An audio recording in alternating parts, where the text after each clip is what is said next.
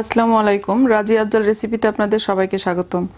আজ আমি আপনাদের গরুর মাংসের আচারি ভুনার রেসিপিটা তৈরি করে দেখাবো। আচারি মাংস বলতে অনেকে মনে করেন আচার দিয়ে তৈরি মাংস। আসলে কিন্তু আচারি মাংস মানে আচারের মশলা দিয়ে তৈরি মাংস। এই মাংসটা রুটি, পরোটা, ভাত, পোলাও সব কিছুর সাথেই খেতে ভীষণ মজা লাগে। আপনারা কিভাবে অল্প সময়ে এই রেসিপিটা তৈরি করতে পারবেন সেটাই তৈরি করে দেখাবো। আশা করি আপনাদের ভালো লাগবে।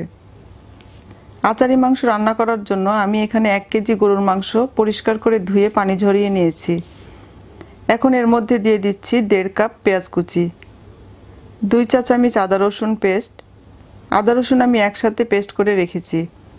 দিয়ে দিচ্ছি স্বাদমতো মরিচ গুঁড়া, 1 টেবিল চামচ ধনিয়া গুঁড়া, 1 টেবিল চামচ জিরা গুঁড়া, 1 চা চামচ হলুদ গুঁড়া, হাফ চা চামচ গোলমরিচ গুঁড়া,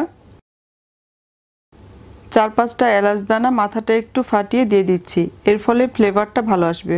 3-4 টুকরো দারুচিনি দিয়ে দিচ্ছি, 5-6টা লং, 2টা তেজপাতা মাঝখান দিয়ে ছিঁড়ে দিয়ে দিচ্ছি। দিয়ে দিচ্ছি 3 টেবিল চামচ টক দই, 3টা টমেটো ছোট ছোট টুকরো করে দিয়ে দিচ্ছি। দিয়ে দিচ্ছি স্বাদমতো লবণ। সবশেষে দিয়ে দিচ্ছি হাফ কাপ সরিষার তেল। এই মাংসটা সরিষার তেল দিয়ে রান্না করতে হবে। এবার হাত দিয়ে মাংসের সাথে মশলা খুব ভালোভাবে মেখে নিব।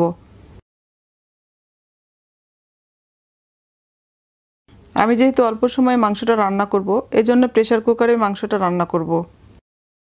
আপনারা যদি প্রেসার কুকার ছাড়া রান্না করতে চান সেক্ষেত্রে সময় নিয়ে মাংসটা ভালোভাবে কষিয়ে নিয়ে এরপর গরম পানি দিয়ে ঢেকে মাংসটা সেদ্ধ করে নেবেন। আমার মাংসটা মাখানো হয়ে গেছে। এখন এই মাখানো মাংসটা প্রেসার কুকারে নিয়ে নিচ্ছি।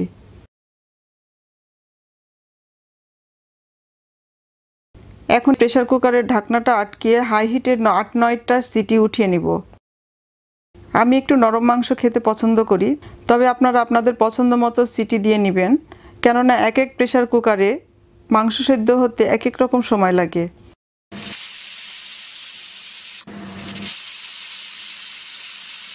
আমার প্রেসার কুকারে 8টা সিটি হবার পর আমি চুলাটা অফ করে দিয়েছি। এখন এভাবে ভেতরের স্টিমগুলো বের করে নিব। এরপর ঢাকনা খুলে নিব। আমার মাংসটা ভালোভাবে সেদ্ধ হয়ে গেছে। আমি এখন এই মাংসটাকে বাগার দিব। এজন্য চুলায় মিডিয়াম হাই হিটে একটা প্যান বসিয়ে 3 টেবিল চামচ সরিষার তেল দিয়ে দিচ্ছি। তেলটা একটু গরম হলে দিয়ে দিচ্ছি 2-3টা পেঁয়াজ কুচি। পেঁয়াজটা হালকা একটু ভাজার পর 4টা শুকনো মরিচ দিয়ে দিচ্ছি। আবার একটু নেড়ে এর মধ্যে 1 টেবিল চামচ পাঁচফোড়ন দিয়ে দিচ্ছি। এবার সব কিছু একটু নেড়ে ভেজে নিব। দেখতে পাচ্ছেন পেঁয়াজটা ব্রাউন হয়ে গেছে। এখন রান্না করা মাংসটা এর মধ্যে দিয়ে দিচ্ছি।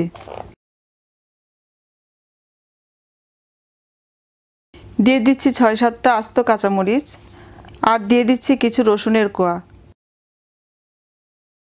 এবার একটা ঢাকনা দিয়ে ঢেকে দিচ্ছি 5 মিনিটের জন্য। 5 মিনিট পর ঢাকনা উঠিয়ে দিয়ে দিচ্ছি 1 টেবিল চামচ লেবুর রস দিয়ে একটু নেড়ে দিচ্ছি। এবার আবারও ঢেকে 5 মিনিট রান্না করে নিব। 5 মিনিট পর ঢাকনা উঠিয়ে দেখাচ্ছি। দেখতেই পাচ্ছেন ঝোলটা শুকিয়ে ঘন হয়ে এসেছে আর তেলটা উপরে ভেসে উঠেছে। আমার আচারি মাংসটা রেডি। এখন এটা চুলার থেকে নামিয়ে সার্ভ করে দেখাচ্ছি। দেখলেন তো কত অল্প সময়ে আচারি মাংস তৈরি করা যায়। যারা এখনও এই আচারি মাংস খান নাই তারা অবশ্যই আসছে ঈদে এই মাংসটা রান্না করে খেয়ে দেখবেন এটা কতটা মজার। আপনাদের কেমন লেগেছে কমেন্টে আমাকে জানাতে পারেন। সবাই ভালো থাকবেন আর আমার জন্য দোয়া করবেন। আল্লাহ হাফেজ।